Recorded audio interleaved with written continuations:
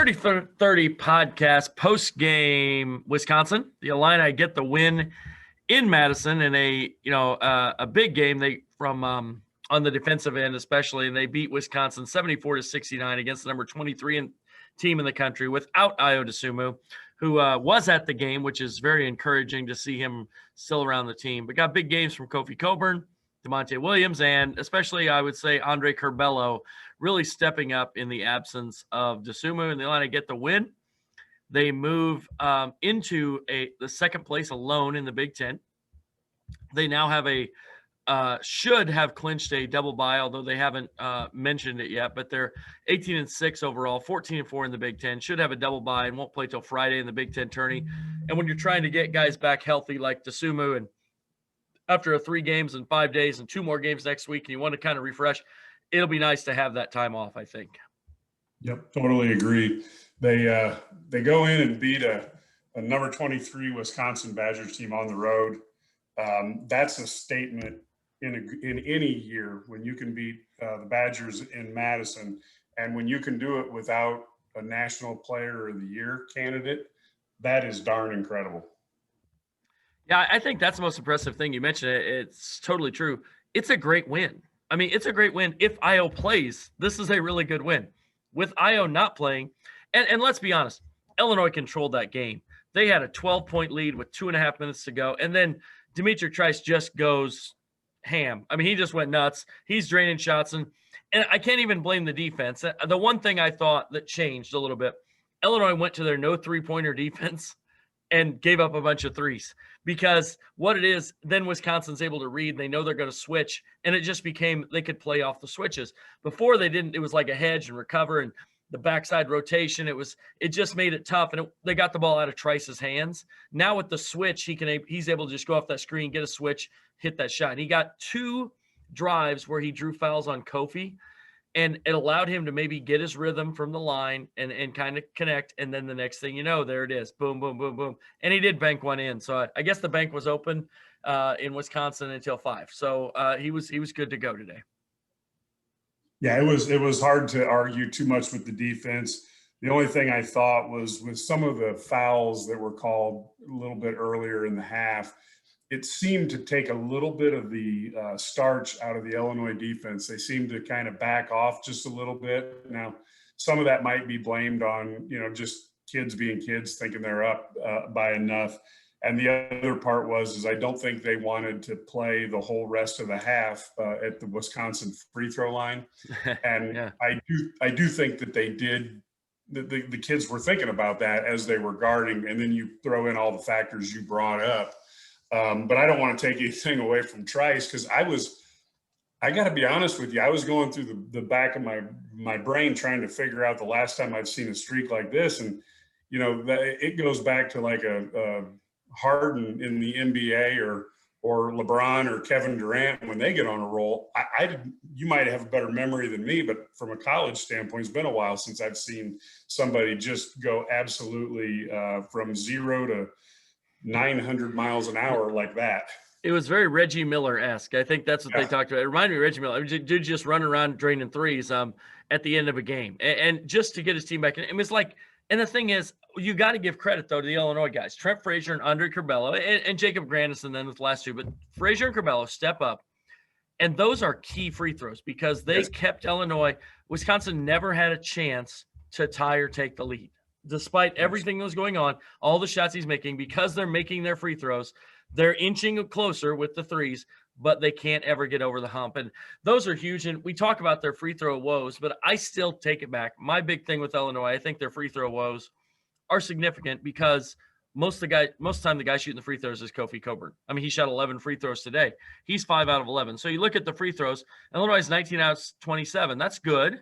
But at the same time, they're 14 out of 16 if you take out Kofi's free throws. So that's pretty good. It'd be like, they wouldn't be a good 3-point shooting team if Kofi's shooting threes either. But when he's dunking, he's really good. That's when he's really effective. So I thought it was a huge win. I thought it was really impressive the way they were able to do things. They do need to work on their inbounds plays clearly at the end of the game, though. And I think some of that, Underwood mentioned that in the postgame, that normally Dosunmu's the trigger man. since he got hurt, they've had 2 walkthrough practices, like seriously, and traveled home and then to, Madison. So they haven't had a lot of practice time to work on it. So Curbelo, hey, take the ball out of bounds here at the key spot of the game. Well, it just changes everything. So now they have a day where they're obviously that's something they're going to work on before they play Michigan and Ohio State without Io. But then maybe they'll get Io back for Ohio State, and we won't have to worry about it. But it definitely changes the way the game's played when you take Dosunmu out, and all these guys have to step into a different role. And it was really impressive. I will say that although Trice had, I don't know what he had like 500,000 points. What did he end up with? He ended up with 29 points. But I thought Trent Frazier did a fantastic job on him up until the very end when they start switching. And then he starts scoring. He hit a 3 over DeMonte, hit a 3 over Grandison, gets 2 fouls against Kofi. Exactly. It wasn't on, he did bank one in against Trent. So you got to give him credit there, but it wasn't really, I thought Frazier was fantastic against him. And that's why he didn't go off early in the game, is because they did such a great job.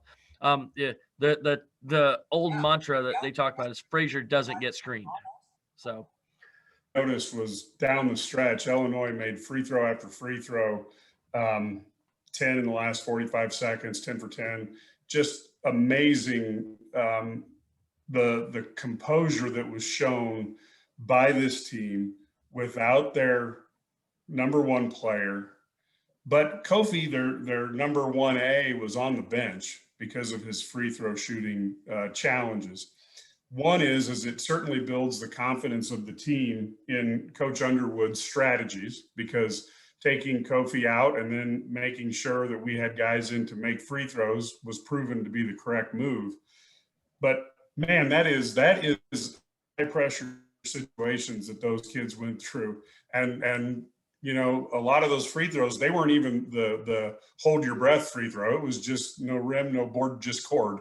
And it was nice to see those guys build that confidence, and that they're going into a buzzsaw on Tuesday night, but they got to feel good about what they're bringing. And that last, couple minutes of the game, the offensive end, they really did, when it came down to making the free throws and everything was on the line, they came through. Yeah, it was huge for them. I think that's a great building thing. I think it shows what they can do, and it should give those guys confidence down the stretch, even when they get Io back to make plays in those situations. The one thing I gotta harp on, though, I don't understand what's going on with Kofi Cockburn and his the way they officiate him. This dude gets fouled every play. Like every time he turns to shoot, somebody hits him on the arm. They call jump balls when guys are just grabbing him on the arm. Yes, I know he's big. You should not penalize people for being big. Underwood mentioned in the postgame the other day, I mean, you can't penalize him for being able to bench 450 or squat the State Farm Center. I think that's a slight exaggeration, maybe only half the State Farm Center. But regardless, you can't punish this kid for being big. It's so frustrating because he gets guys on his hips. He turns to shoot. He gets hit on the arm. Guys dig. He's got a rebound, comes in. Guys are grabbing his arm, holding him. He turns to shoot. He gets hit on the arm. You watch the replays, and I'm able to watch all these replays, and I watch you can zoom in and you watch. He's just getting whacked, and no calls. I mean, yeah, he shot 11 free throws. He should have shot 25. Now, I don't know if that's always good for Illinois sometimes, because if he gets fouled, maybe it's a turnover, but because it's not a great free throw shooter. But, you just have to call those fouls. And I know it's tough to guard him. It's tough to officiate him. But at the other end of the floor, then when he does something, because if he touches somebody, they're going to go flying, he gets a foul every time because he's so big and strong. So officials really got to get better at that. I'm hoping that the Big Ten officials know him really well, and so they have it in their mind. They're not going to call that stuff because he can take it. They get in the NCAA tournament, and they'll call those fouls. I'm hoping. Yeah, I worry because we all saw what Shaq went through, and you listen to him talk about why he went pro. It always revolves around the point that he couldn't get any calls. You see when guys bounce off of Kofi and then they fall down around his knees, that's got to scare the heck out of you, because you don't want to blow a knee out on, some water bug who fouled you in the first place, shouldn't have been there. And so I will tell you that as an Illini fan, I really think, I want to see Kofi back next year. I can understand why he would go to the NBA, but the one thing I would tell him if he and I were having a conversation would be that if you can develop a face to the basket game, they have to call a lot of those fouls, because a lot of the fouls that they're not calling right now are when people hit him in the back, when people hit him in the side. He starts playing the game of basketball with his shoulders square to the basket and going forward, those fouls have to be called. But he's going to have to be able to have that 10, 12, 14-foot jumper that falls on a regular basis. He's going to have to be able to put the ball down for one dribble. So I think there's an awful lot that he could gain by being here 1 year, particularly with Coach Antigua, who can help him develop those skills. And I hope his frustration with very poor Big Ten officials doesn't overweigh and count out what Coach Antigua could do to help him have a very long and profitable NBA career. Yeah, no question. That's the next development for him. I thought he did move his feet pretty well against Trice. It's just when they're playing that type of defense, it's no 3 defense. There's not much help either. So overall, though, the one guy I'm going to give shout out to we haven't talked about was Jacob Grandison, who on the plus-minus scale was plus 17. He only had 5 points, but he did have 8 rebounds, 2 assists, and a steal. But he was plus 17 on plus-minus. That shows when you're on the floor, some good things are happening. And I thought his ability to space the floor, I thought when he gets his feet set, he's a much better shooter than I expected. I know he shot 35% from 3 at Holy Cross, but he's a really good shooter when he gets his feet set. And it's showing some more versatility to his game, perhaps, than I expected. He did take a couple bad shots, but overall, pretty good effort from him. So now Illinois heads to Michigan. That's going to be tough. Michigan's pretty good. I'll be honest with you. I think that they are right there with Baylor and Gonzaga. I think those 3 teams have kind of separated themselves from the pack. It was Baylor and Gonzaga. I feel like Michigan is kind of up their game and with the wins that they've gotten. And they have a tough schedule coming up, no question. Obviously playing Illinois and Michigan State twice and different, it's going to be tough for them. They're going to hit a clunker, but it's almost like the 05 Illini where you kind of wanted to have that clunker. They had the clunker at Ohio State to get ready for the postseason. Does Michigan need to have that or maybe they'll have it on Tuesday? We can hope, right? And so that's going to be a tough one. Now, what are your thoughts? Do you play if you could play Io, even if you could play him on Tuesday and you get him back, maybe he comes back and Monday's able to practice in the mask and Tuesday he can play. Do you play him on Tuesday? I always had a pretty strict term when I was coaching AAU, and to take myself out of the whole strategy thing and frustration of the player not being able to play, I pretty much left it up to the doctors. So in this particular case, if the doctor really does give him the green light, I think Io's too much of a competitor to tell him, we're gonna do some strategery here and we're gonna sit you. I can see the logic in saying, you're going up against this team. There's basically we can beat any team in the country, but we've got to have everybody hitting on all cylinders to do so.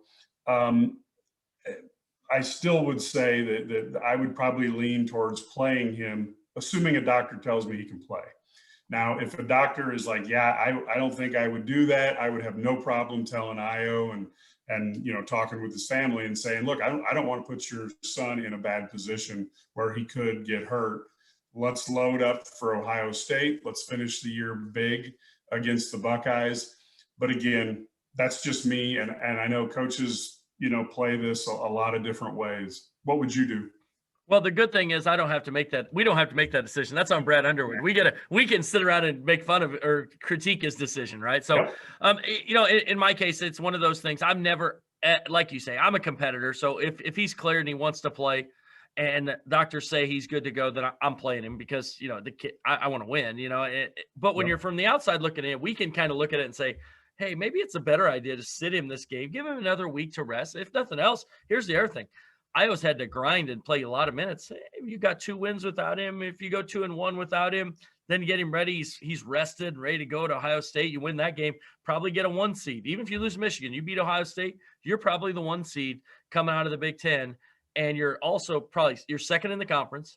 You get the two seed. I mean, that's the big game for me. Now, if you beat Michigan, obviously that you may be a 1 seed as well, but I just think that's a tougher game than Ohio State. I think they're both tough, but I think that might be a tougher game. And he's further out. So from the outside looking in, I get to make that easy decision, right? So, but as the coach, yeah, I'm with you. If I'm the coach, doctor says he can play, kid wants to play, he's playing because he's our best player and he's the best player in the country. So, or one of the best players in the country at worst. So, all right. Well, the Illini are. Yeah, and I've got to go ahead. I've got to think that we were talking with Sevy on 590 The Fan last week, and he did have one concern. He said, has Io played just so many minutes that he could be getting some fatigue? And my answer is that that's just not within Io's personality to feel the fatigue. But in this case, maybe like you said, maybe a little bit of rest isn't the worst thing in the world, and have him go back with a little bit fresher legs for the Big Ten tournament. That might be something that the doctor ordered as well. And like you and I talked, you put a mask on him. Now all of a sudden, the Io legend can grow. If he makes something happen, we have Rip Hamilton, Kobe Bryant, and Io. So that's pretty good company to be in. Yeah, I think that, what's cool about, you mentioned that, this is just side note. It's pretty cool. You talk about now it's Io and it's Kofi. Like, we don't even need last names anymore. So that's when they're iconic in Illinois basketball lore. D, Darren, Lou, Io, Kofi. Now we got him, right? So they've reached icon status now. Exactly. So hopefully they can add to their legend down the stretch. So the Illini get the win in Madison. Huge win. It's actually interesting thing. The last time Illinois won 2 years in a row in Madison was back in the 05 or 04-05 and the 05-06. They won back-to-back up there in Madison. I think it's only happened 5 times since they opened the new building where teams won there twice in a row. So it's very rare. Madison's a tough place to win. Obviously, not having fans there. Definitely, we don't have Steve Stricker having to wear the Illini hat in the Wisconsin polo. So maybe that's good. But overall, it's a great win. You beat the number 23 team in the country on the road without your best player and the best player in the Big Ten, and the Illini get the dub. So that's it for Sturdy for 30 post game. Mike Cagley, Brad Sturdy, IlliniGuys.com. Thanks for listening.